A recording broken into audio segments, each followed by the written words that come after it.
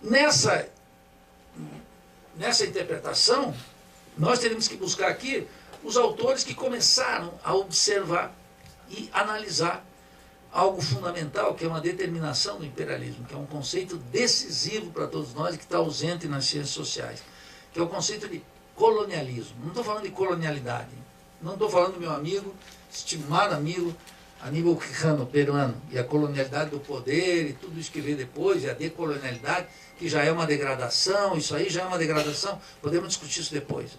Mas quero dizer o seguinte, é o conceito de colonialismo, que é decisivo para qualquer sujeito que mora e vive na América Latina, e que analisa a realidade desde a América Latina. O conceito de colonialismo tem que organizar a nossa interpretação sobre a realidade social.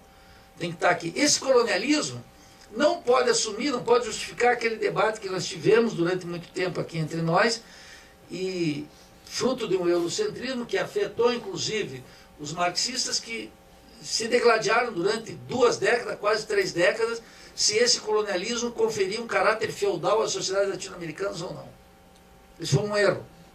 Já em 1949, um argentino lúcido, mas brutalmente lúcido, os argentinos têm umas cabeças que eu vou dizer, é privilegiada, não? É difícil achar. Um sujeito chamado Sérgio Bagu, em 1949, antes que viesse a década de 50, de 60, com os debates sobre feudalismo, capitalismo, que degladiaram, na qual as teses do Partido Comunista Brasileiro estavam no centro da formulação e da interpretação da Revolução Brasileira. Sérgio Bagu escreveu um livro que chama Economia da Sociedade Colonial. É um estudo comparativo entre a Argentina e o Brasil, por isso ele é mais útil ainda para nós. E o Sérgio Bagu ele dizia o seguinte, esse colonialismo que nós sofremos aqui, 300 anos de colonialismo, hein? Imagine, 3 séculos de colonialismo e vocês passam pela universidade sem um curso sobre o colonialismo. Só 3 séculos. Está no DNA de vocês. Dos pais de vocês, vai estar no DNA dos filhos, dos netos de vocês. E ninguém estuda o colonialismo. Compra. O direito não tem nada a ver com o colonialismo. A economia, aí alguma coisa aparece. A história é quase anedótico. O colonialismo tampouco é um conceito que organiza as ciências sociais na América Latina, fruto daquela determinação eurocêntrica. E o Sérgio Bagu diz, que colonialismo é esse? Esse é um colonialismo que está orientado pela lógica do lucro. E embora não esteja dominado pelo trabalho assalariado, tal como previu Marx no Todo Mundo Capital, ele é uma parte constitutiva daquilo que ele chamou um capitalismo colonial. Aqui, a expansão capitalista assumiu essa feição.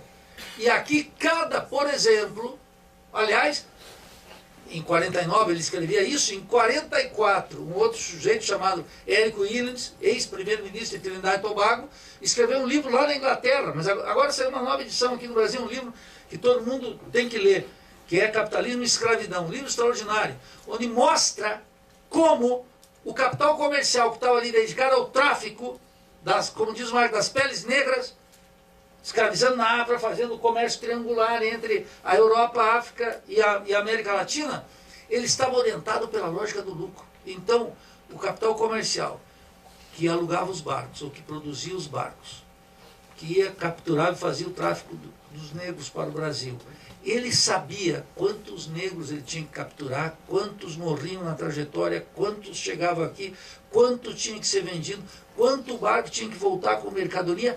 Era um tráfico orientado pela lógica do lucro. E, portanto, esse colonialismo não era um colonialismo qualquer, era um colonialismo como parte constitutiva do capitalismo. Era aquilo, uma categoria extraordinária de Sérgio Bagu, que era o capitalismo colonial.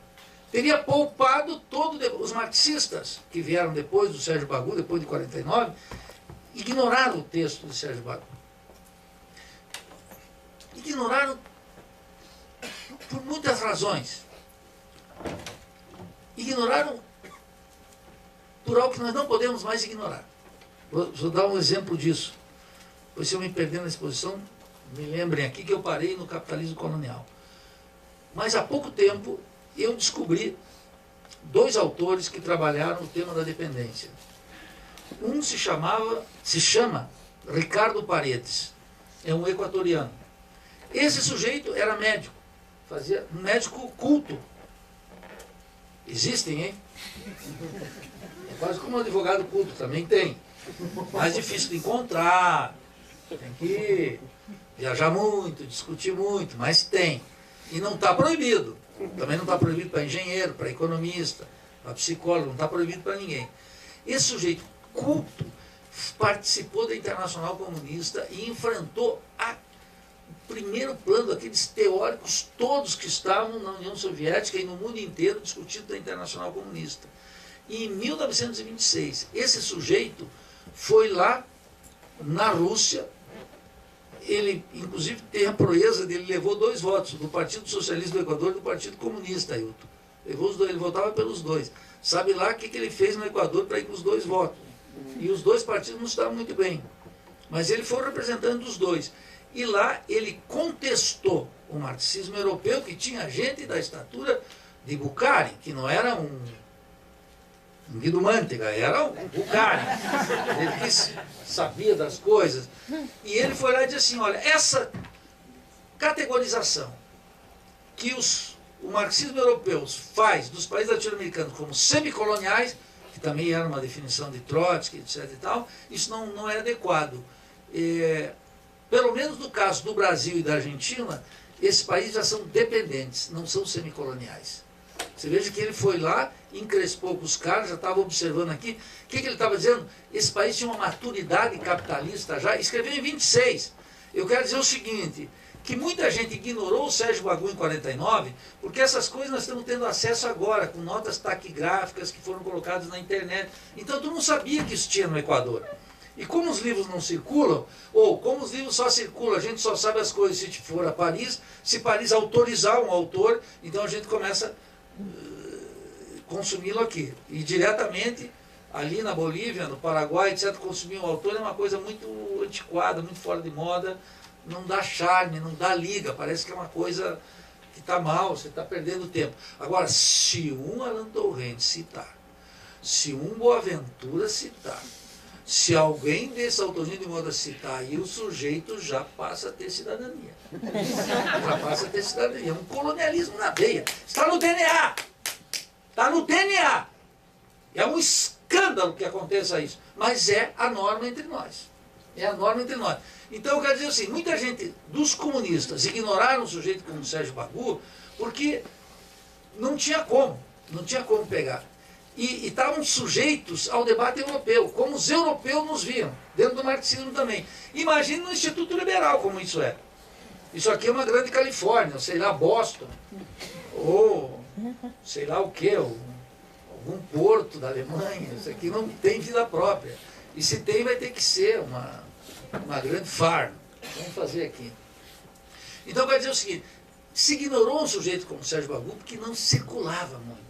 Mas hoje, com todos esses esquemas, eu quero dizer o seguinte, nós vamos poder fazer isso que o André Gunder Frank fez. O André Gunder Frank fez nesse livro luminoso, que é o último livro da vida dele, que chama Reorient, que é um livro cujo... é uma introdução, olha só o nome, que é o André Gunder Frank é um gênio. É um gênio. O André Gunder Frank é o único estrangeiro que nós podemos ler aqui, depois do Marx. Leu Marx e leu o André Gunder Frank. Ele fez um livro que chama Reorient, Introdução à História Universal Mundial Real frente à Teoria Social Eurocêntrica. É um livro que, lamentavelmente, não está em português, nós estamos vendo a possibilidade de traduzi-lo, porque ele mostra aí o labirinto que é esse eurocentrismo. Mas ele mostra uma coisa que é muito importante agora. Agora, na América Latina, com acesso mais rápido, eletrônico, de receber os livros, os dados, etc. e tal, nós podemos reconstituir efetivamente uma teoria social latino-americana. Esse Ricardo Paredes, por exemplo, que já existia em 26, que já fez a crítica aos conceitos, nós só tivemos acesso agora.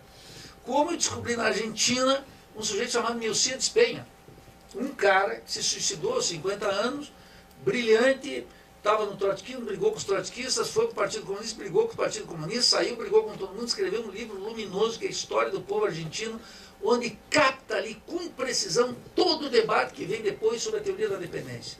E ele analisa isso pega todos esses conceitos, mata a charada intelectual, observando a relação de Espanha e Portugal com a Inglaterra.